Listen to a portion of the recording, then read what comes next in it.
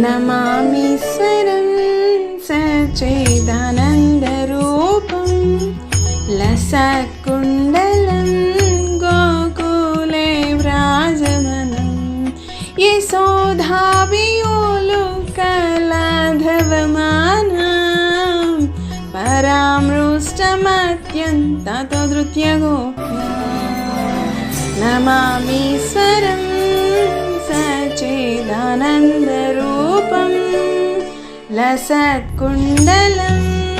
गोकुले व्राजमानं यशोधाभियोलुकलाधवमानं परामृष्टमत्यन्ततो धृत्यगोप्या रुदन्तं मुहुर्नेत्रायुग्मं रुजन्तं कराम्बोजयुग्मेन सातङ्कनेत्रं मुहुश्वासकम्पं त्रिरेखां खगं च स्थितग्रैव दामोदरं भक्तिबद्धम् इति धृत्स्वलीलाभिरानन्दकुन्दे स्वघोषं समज्यन्तं मह्यपयन्तम् त्वदीयेषिताग्नेषु भक्तैर्जितत्वं पुनः प्रेमतस्तं सतास्ति वन्दे वरं देवमोक्षं न मोक्षावधिं वा न चान्यं वृणेऽहं वरेशादिभिः इदं देव पूर्णादगोपालबाला सदा मे मनस्या विरास्तां किमन्या इदं ते मुकाम्बोजमत्यन्तनीलै घृतं कुन्तलैस्निग्धरक्तैश्च गोप्या मुहुश्चुम्बितं बिम्बरक्ताधरं मे मनस्या विलासां माललक्षलाभे नमो देव दामोदर विष्णो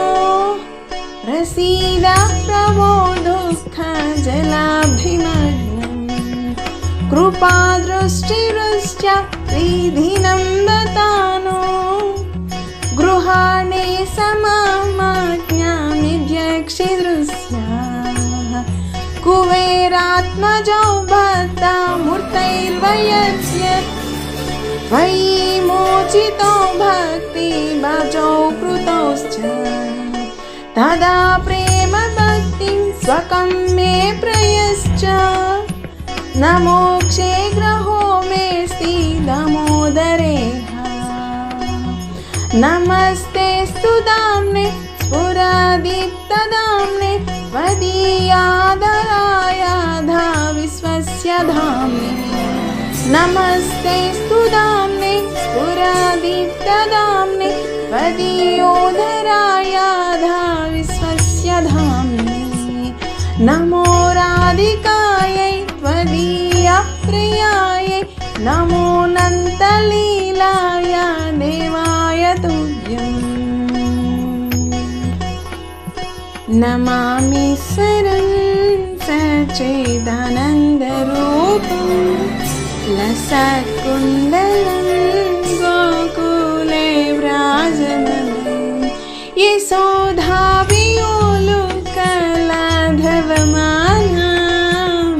परामृष्टमत्यन्ततो धृत्यगोप्या नमामीश्वरं सच्चिदानन्दरूपं लसत्कुण्डलं गोकुले व्राजमानं यशोधाभियोलुकलाधवमानं परामृष्टमत्यन्ततो धृत्यगोप्या रुदन्तं मुहुर्नेत्रायुग्मं रुजन्तं कराम्बोजयुग्मेन सातङ्कनेत्रं मुहुश्वासकम्पं त्रिरेखां खगं च स्थितग्रैव दामोदरं भक्तिबद्धम् इति धृत् इतिद्रुक्स्वलीलाभिरानन्दकुण्डे स्वघोषं समज्यन्तं मह्यपयन्तम् त्वदीयेषिताग्नेषु भक्तैर्जितत्वं पुनः प्रेमतस्तं सतावति वन्दे वरं देवमोक्षं न मोक्षावधिं वा न चान्यं वृणेऽहं वरेशादिभिः इदं ते वपुर्नाद गोपालबाला सदा मे मनस्या विरास्तां किमन्या इदं ते मुकाम्बोजमत्यन्तनीलै घृतं कुन्तलैस्निग्धरक्तैश्च गोप्या मुहुश्चुम्बितं बिम्बरक्ताधरं मे मनस्या विलासां माललक्षलाभै नमो देव दामोदरनन्तविष्णो प्रसीद प्रभो दुःखजलाभिमग्ने कृपादृष्टिवृष्ट्य श्रीधिनं दतानो गृहाणे समाज्ञामिध्यक्षिदृश्या कुबेरात्मजो भक्तामूर्तैर्वयद्यत् त्वयि मोचितो भक्तिभाजौ कृतौश्च तदा प्रेम भक्तिं स्वकं मे प्रयश्च न मोक्षे ग्रहो मेऽस्ति दामोदरे नमस्तेऽस्तु दाम्ने स्फुरदीप्तदाम्ने त्वदीयादरायाधा विश्वस्य धाम्ने नमस्तेऽस्तु दाम्ने स्फुरदीप्तदाम्ने त्वदीयोधरायाधा विश्वस्य धाम्ने नमो राधिकायै त्वदीयप्रियायै नमो नन्तलीलाय देवाय तुभ्यम् नमामीश्वरं सच्चिदानन्दरूपं लसत्कुण्डलं गोकुले व्राजमानं यशोधाभियोलुकलाघवमानं परामृष्टमत्यन्ततोधृत्य गोप्या नमामीश्वरं सच्चिदानन्दरूपं लसत्कुण्डलं गोकुले व्राजमानं यशोधाभियोलुकलाघवमानं परामृष्टमत्यन्ततोधृत्य गोप्या रुदन्तं मुहुर्नेत्रायुग्मं रुजन्तं कराम्बोजयुग्मेन सातङ्कनेत्रं मुहुश्वासकम्पं त्रिरेखां खगं च स्थितग्रैव दामोदरं भक्तिबद्धम् इति दृक्स्वलीलाभिरानन्दकुण्डे स्वघोषं समज्यन्तं मह्यपयन्तम् त्वदीयेषिताग्नेषु भक्तैर्जितत्वं पुनः प्रेमतस्तं सतावति वन्दे वरं देवमोक्षं न मोक्षावधिं वा न चान्यं वृणेऽहं वरेशादिभिः इदं ते वपुर्नाद गोपालबाला सदा मे मनस्या विरास्तां किमन्या इदं ते मुकाम्बोजमत्यन्तनीलै घृतं कुन्तलैस्निग्धरक्तैश्च गोप्या मुहुश्चुम्बितं बिम्बरक्ताधरं मे मनस्या विलासां माललक्षलाभै नमो देव दामोदरनन्तविष्णो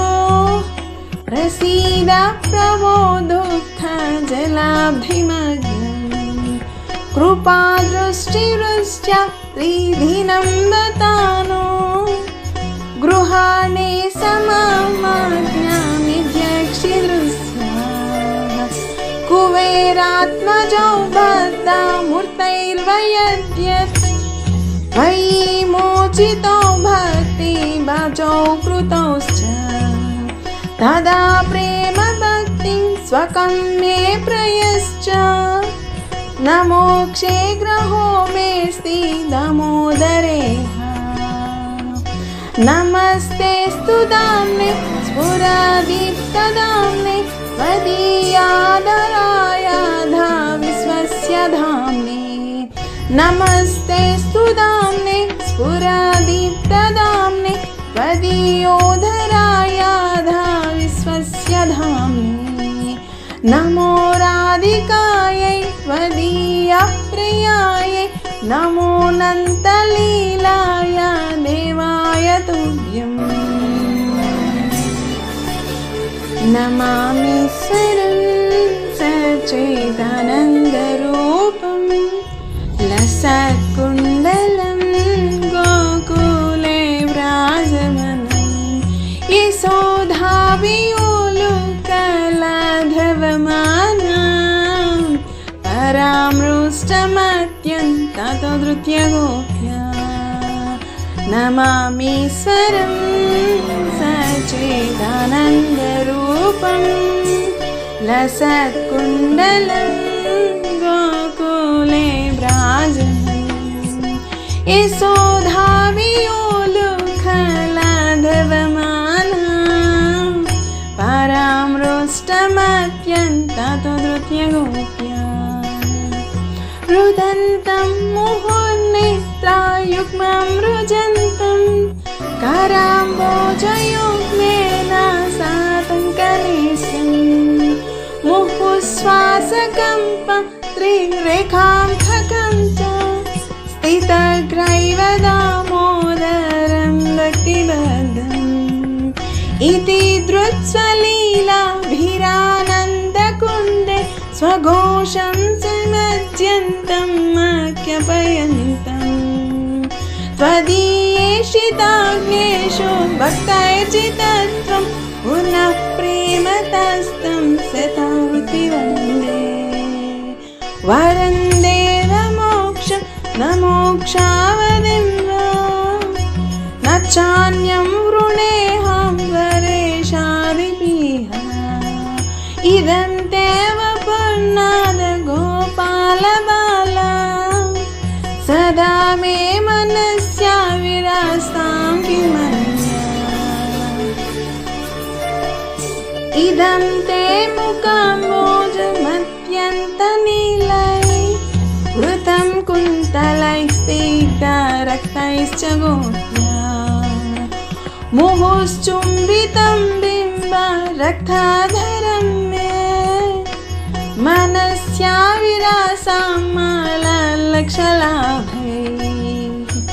नमो देव दामोदर अनन्तविष्णो प्रसीद प्रभो दुःखजलाब्धिमग्नम् कृपादृष्टिवृष्ट्या त्रिदिनं दतानो गृहाणे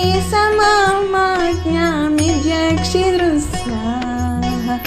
कुबेरात्मजौ बद्धामूर्तैर्वयद्यत्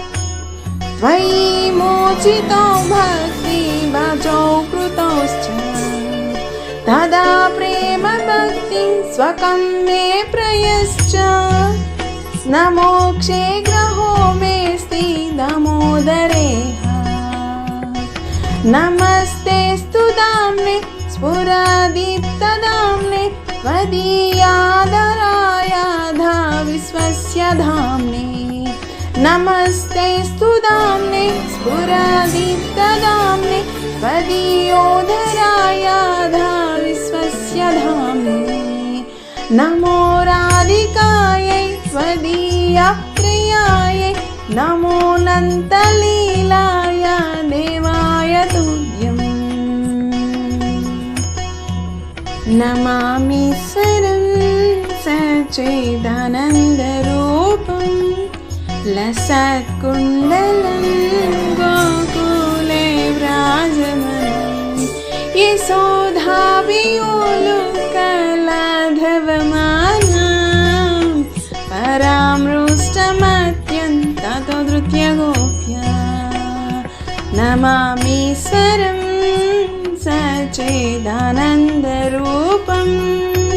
लसत्कुण्डलं गोकुले व्राजमानं यशोधाभियोलुकलाधवमानं परामृष्टमत्यन्ततो धृत्य गोप्या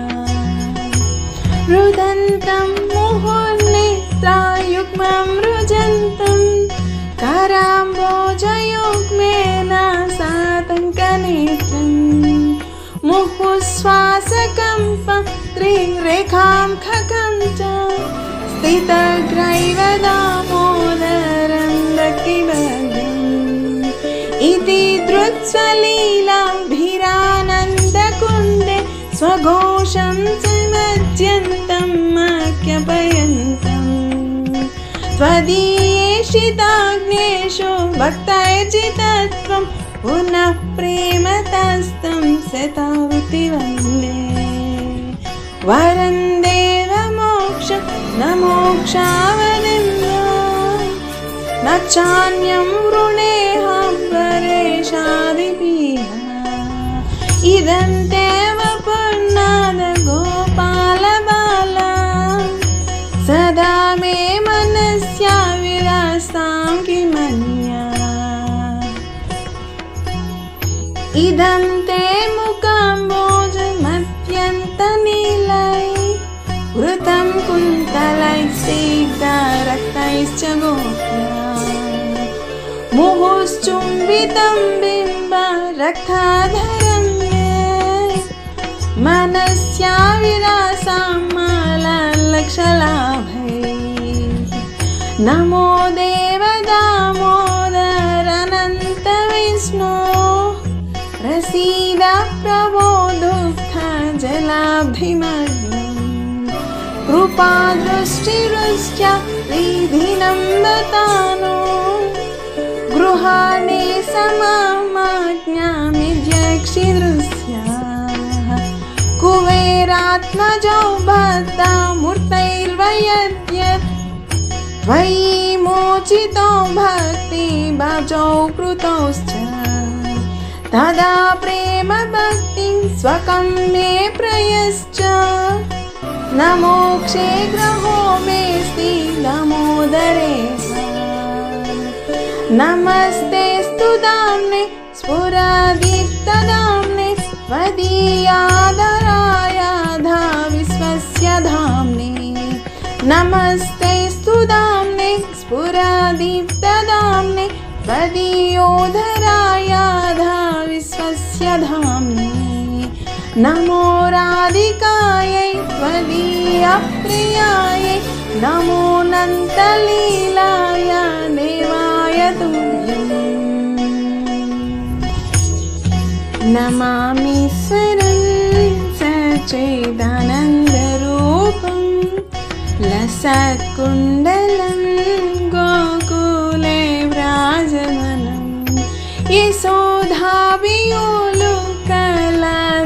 यशोधाभियोलुकलाधवमानं परामृष्टमत्यन्ततो धृत्य गोप्या नमामीश्वरं सच्चिदानन्दरूपं लसत्कुण्डलं गोकुले व्राजमानं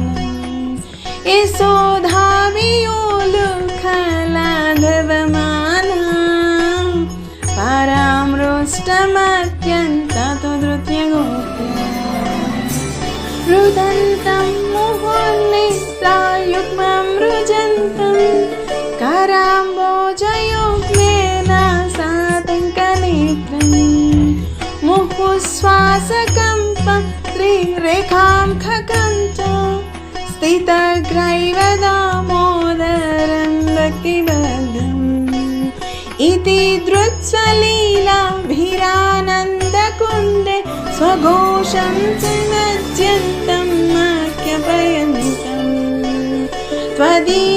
त्वदीयेषिताग्नेषु भक्तैर्जितत्वं पुनः प्रेमतस्तं सतावृति वन्दे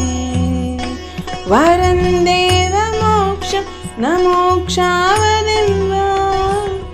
न चान्यं वृणेऽहं वरेशादिभिः इदं तेव पुन्नाद गोपालबाला सदा मे मनस्या विलासां किमन्या इदं ते मुकाम्बोजमत्यन्तनीलै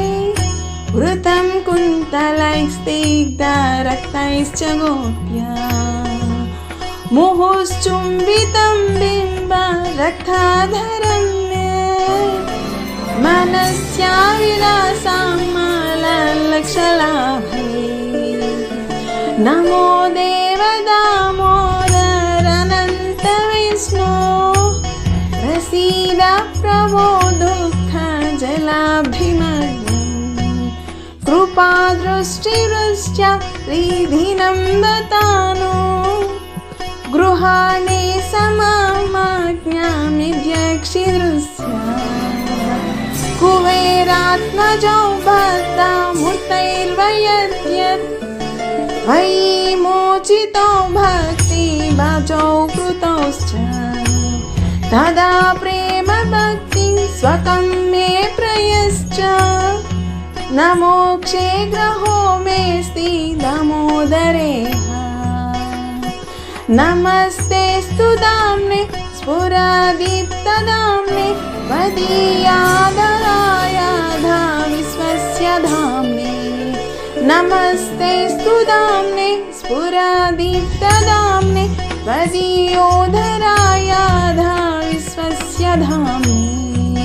नमो राधिकायै त्वदीयप्रियायै नमो अनन्तलीलाय देवाय तुभ्यम्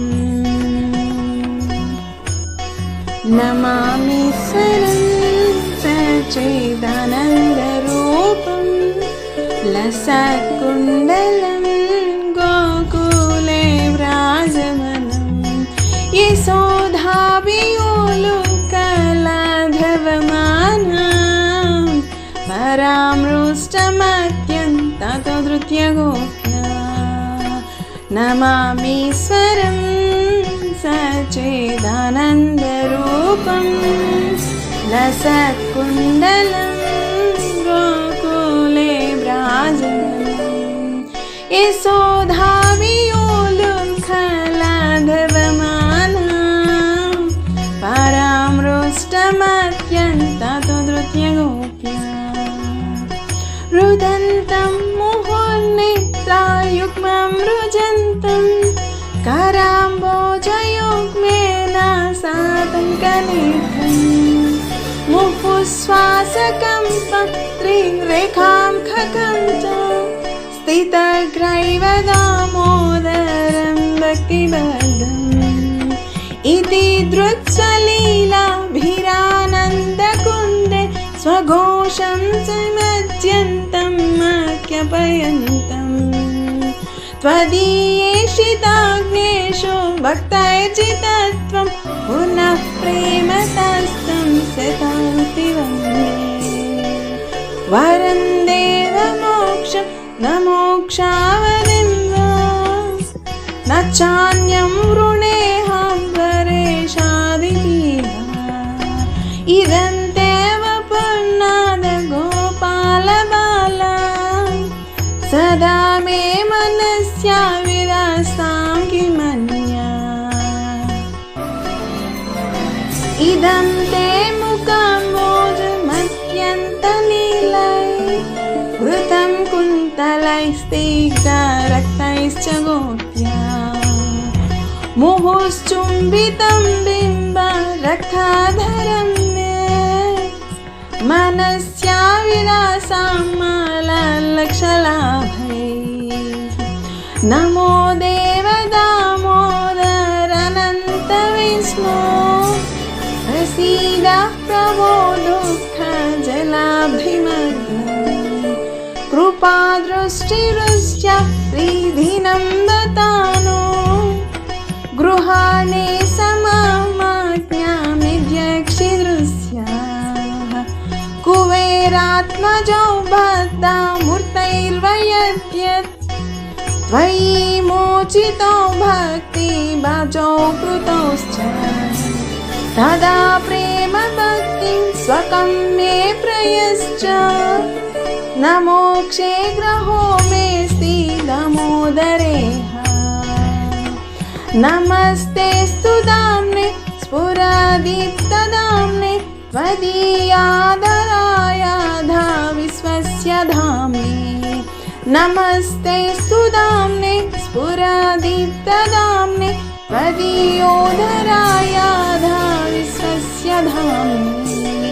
नमो राधिकायै त्वदीयप्रियायै नमो नन्तलीलाय देवाय तुभ्यम्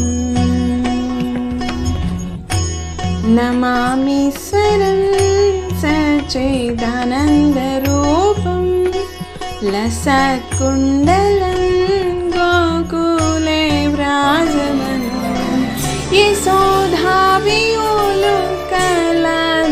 यशोधाभियोलुकलाघवमानं परामृष्टमत्यन्ततो धृत्य गोप्या नमामीश्वरं सच्चिदानन्दरूपं लसत्कुण्डलं गोकुले व्राजमानं यशोधाभियोलुकलाघवमानं परामृष्टमत्यन्ततो धृत्य गोप्या रुदन्तं मुहुर्नेत्रायुग्मं रुजन्तं कराम्बोजयुग्मेन सातङ्कनेत्रं मुहुश्वासकम्पं त्रिरेखां खगं च स्थितग्रैव दामोदरं भक्तिवर्धनम् इति धृत्स्वलीलाभिरानन्दकुण्डे स्वघोषं समज्यन्तम् आख्यापयन्तम् त्वदीयेषिताग्नेषु भक्तैर्जितत्वं पुनः प्रेमतस्तं सतावति वन्दे वरं देवमोक्षं न मोक्षावधिं वा न चान्यं वृणेऽहं वरेशादितीव इदं देव पूर्णाद गोपालबाला सदा मे मनस्या विरास्तां किमन्या इदं ते मुकाम्बोजमत्यन्तनीलै वृतं कुन्तलैस्निग्धरक्तैश्च गोप्या मुहुश्चुम्बितं बिम्बरक्ताधरं मे मनस्या विलासां माललक्षलाभै नमो देव दामोदर विष्णो प्रसीद प्रभो दुःखजलाब्धिमग्नं कृपादृष्टिरुश्च त्रिदिनं दतानो गृहाणे सममाज्ञामिध्यक्षिदृश्याः कुबेरात्मजौ बद्धामूर्तैर्वयद्यत् त्वयि मोचितो भक्तिभाजौ कृतौश्च तदा प्रेम भक्तिं स्वकं मे प्रयश्च न मोक्षे ग्रहो मेऽस्ति दामोदरेह नमस्ते स्तुदाम्ने स्फुरदीप्तदाम्ने त्वदीयादरायाधा विश्वस्य धाम्ने नमस्ते स्तुदाम्ने स्फुरदीप्तदाम्ने त्वदीयोदरायाधा विश्वस्य धाम्ने नमो राधिकायै त्वदीयप्रियायै नमो नन्तलीलाय देवाय तुभ्यम् नमामीश्वरं सच्चिदानन्दरूपं लसत्कुण्डलं गोकुले व्राजमानं यशोधाभियोलुकलाघवमानं परामृष्टमत्यन्ततो धृत्यगोप्या नमामीश्वरं सच्चिदानन्दरूपं लसत्कुण्डलं गोकुले व्राजमानं यशोधाभियोलुकलाघवमानं परामृष्टमत्यन्ततो धृत्यगोप्या रुदन्तं मुहुर्निद्रायुग्मं रुजन्तं कराम्बोजयुग्मेन सातङ्कनेत्रं मुहुश्वासकम्पं त्रिरेखां खगं च स्थितग्रैव दामोदरं भक्तिबद्धम् इति दृक्स्वलीलाभिरानन्दकुण्डे स्वघोषं च मज्जन्तम् आख्यापयन्तम् त्वदीयेषिताग्नेषु भक्तैर्जितत्वं पुनः प्रेमतस्तं शतावृत्ति वन्दे वरं देवमोक्षं न मोक्षावधिं वा न चान्यं वृणेऽहं वरेशादिभिः इदं देव पूर्णाद गोपाल बाला सदा मे मनस्या विलासां किमन्या इदं ते मुकाम्बोजमत्यन्तनीलै वृतं कुन्तलैस्तिग्धरक्तैश्च गोप्या मुहुश्चुम्बितं बिम्बरक्ताधरं मे मनस्या विलासां माललक्षलाभे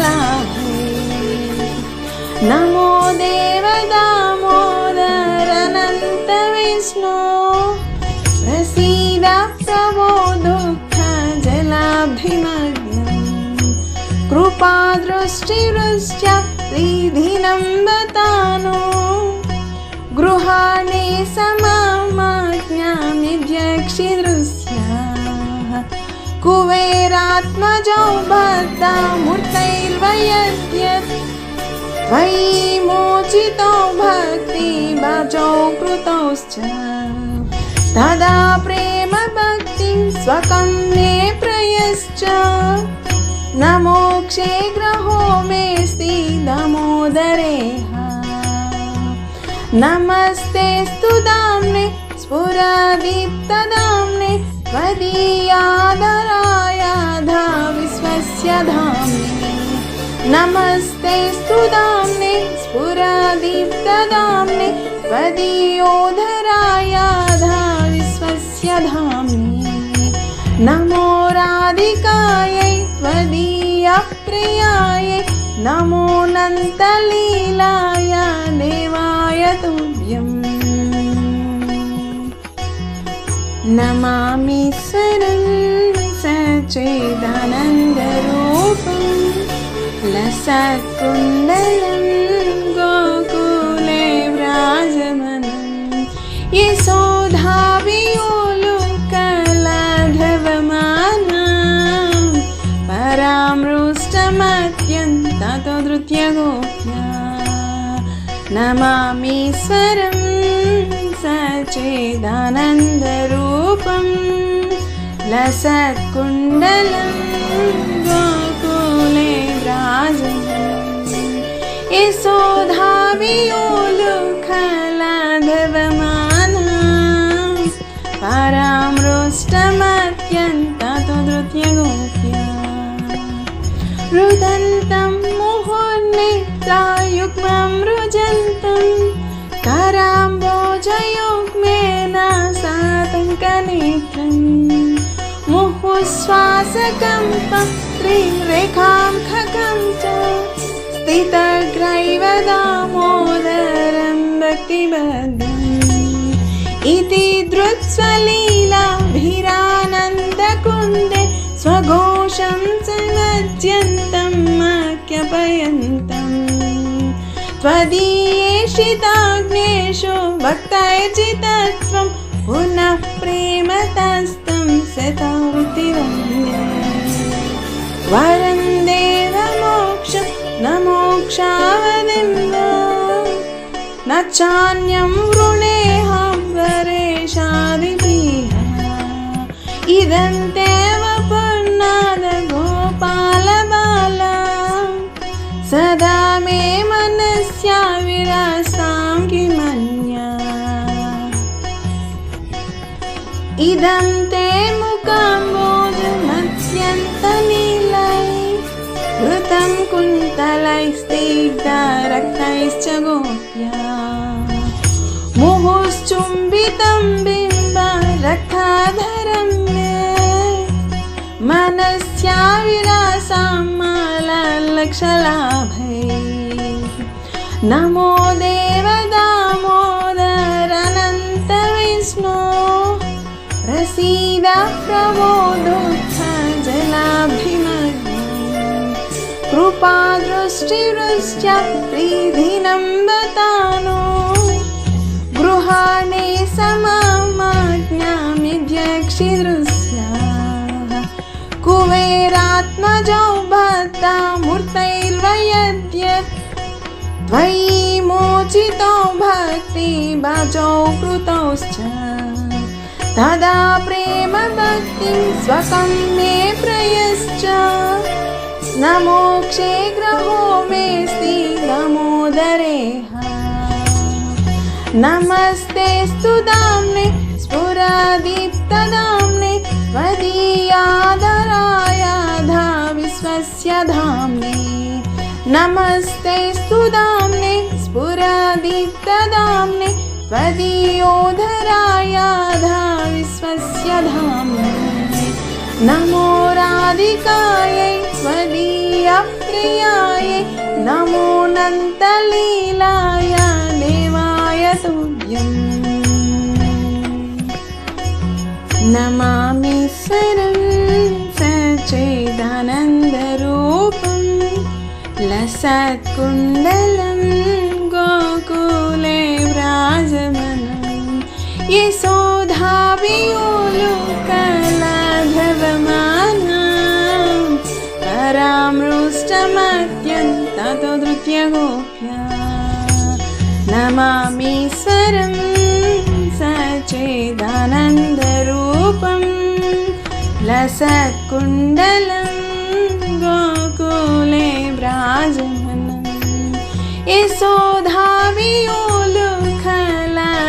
यशोधाभियोलुकलाघवमानं परामृष्टमत्यन्ततो धृत्य गोप्या रुदन्तं मुहुर्नेत्रायुग्मं रुजन्तं कराम्बोजयुग्मेन सातङ्कनेत्रं मुहुश्वासकम्पं त्रिरेखां खगं च स्थितग्रैव दामोदरं भक्तिभगम् इति धृत्सलीलाभिरानन्दकुण्डे स्वघोषं च मज्जन्तं माख्यपयन्तम् त्वदीयेषिताग्नेषु भक्तैर्जितत्वं पुनः प्रेमतस्तं शतावृत्तिवन्दे वरं देवमोक्षं न मोक्षावधिं वा न चान्यं वृणेऽहं वरेशादिभिः इदं तेव पुर्णाद गोपालबाला सदा मे मनस्या विरासां किमन्या इदं ते मुकाम्बोजमत्यन्तनीलै घृतं कुन्तलैस्निग्धरक्तैश्च गोप्या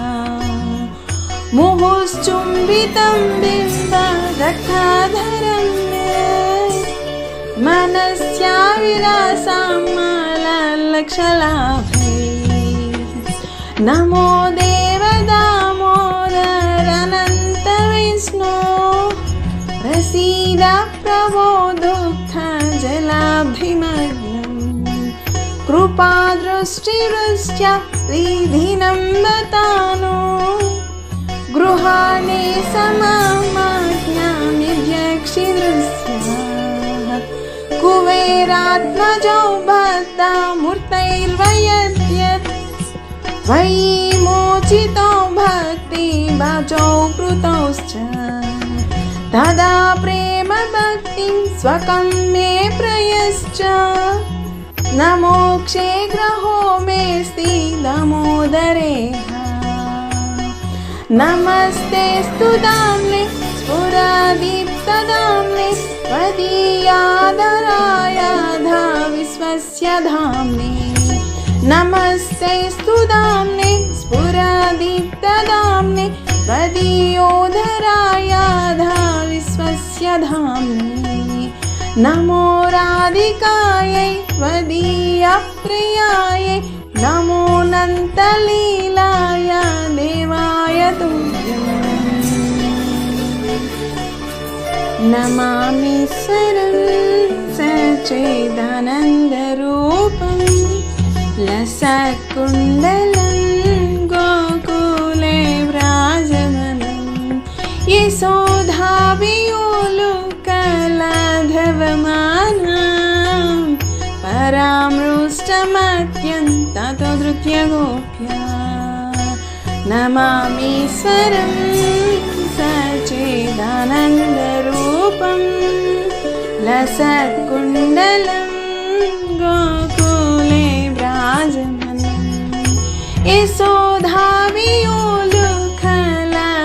यशोधाभियोलुकलाघवमानं परामृष्टमत्यन्ततो धृत्य गोप्या रुदन्तं मुहुर्नेत्रायुग्मं रुजन्तं कराम्बोजयुग्मेन सातङ्कनेत्रं मुहुश्वासकम्पं त्रिरेखां खगं च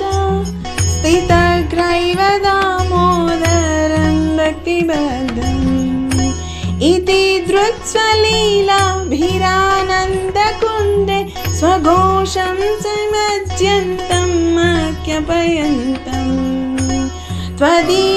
त्वदीयेषिताग्नेषु भक्तैर्जितत्वं पुनः प्रेमतस्तं शतौति वन्दे वरं देवमोक्षं न मोक्षावधिं वा न चान्यं वृणेऽहं वरेशादिभिः इदं तेव पूर्णाद गोपालबाला सदा मे मनस्या विलासां किमन्या इदं ते मुकाम्बोजमत्यन्तनीलै वृतं कुन्तलैस्तिग्धरक्तैश्च गोप्या मुहुश्चुम्बितं बिम्बरक्ताधरं मे मनस्या विलासां मालालक्षलाभै नमो देव दामोदर विष्णो प्रसीद प्रभो दुःखजलाभिमग्नं कृपादृष्टिवृष्ट्या त्रिदिनं बतानो गृहाणि समाज्ञामिध्यक्षिदृश्या